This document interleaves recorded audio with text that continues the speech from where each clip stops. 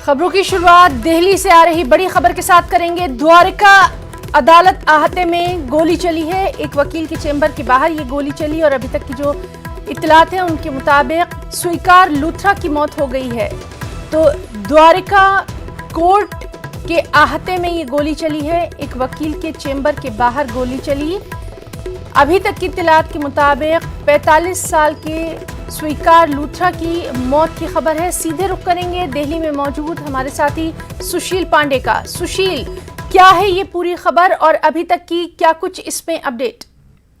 आज देखिए हिना, ये जो पूरी घटना है वो सोमवार के रात 9 बजे की पूरी घटना है। इस पूरी घटना में द्वारिका कोर्ट के जो चैम्बर नंबर 444 की ये पूरी घटना है, जिसमें फिलहाल 45 साल के युवक स्वीकार लूथरा नाम के युवक की फिलहाल मौत हो गई है। इस पूरे मामले में पुलिस जो है वो जांच में जुट गई है, क्योंकि इस मामले में जांच के दौरान ये पता चल पा रहा है कि ये कोई आपसी रंजिश का मामला था। और इस मामले में जो फिलहाल आरोपी वकील है जिसके चैम्बर के बाहर ये गोली चली है, उसको फिलहाल पुलिस ने गिरफ्तार कर लिया है। लेकिन फिलहाल इस पूरे मामले में हिना अभी जांच चल रही है कि आखिर गोली चलने की वजह क्या है और क्या इस पूरे मामले में और भी लोग इन्वॉल्व हैं या नहीं, क्योंकि आए दिन जो है वो द्वारिका और रोहिणी कोर्ट में फिलहाल फायरिंग की जो घटना है वो आ रही है। इसको लेकर कहीं ना कहीं सुरक्षा एजेंसियों पर भी सवाल खड़े हो रहे हैं कि आखिर कोई भी व्यक्ति फिलहाल इस पूरे द्वारिका कोर्ट परिसर में किस प्रकार से हथियार लेकर अंदर घुस गया और उसके बाद रात 9 बजे फिलहाल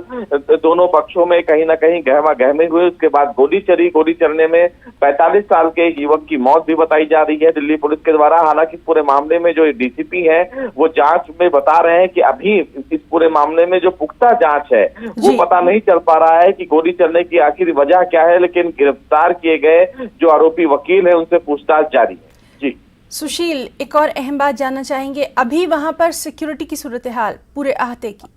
जी देखिए, फिलहाल अगर सुरक्षा की बात करें ना तो पूरे द्वारिका कोर्ट परिसर को फिलहाल कॉर्डन ऑफ किया गया है, यानी कि चारों तरफ फिलहाल पुलिस की जो सुरक्षा दस्ते हैं उनको तैनात किया गया है ना।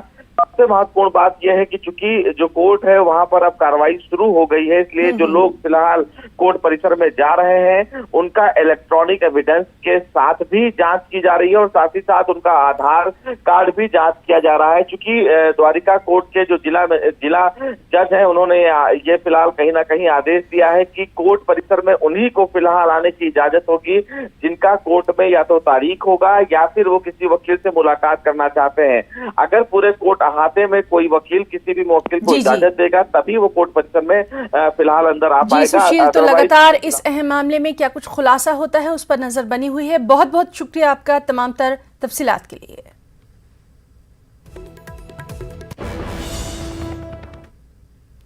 दिल्ली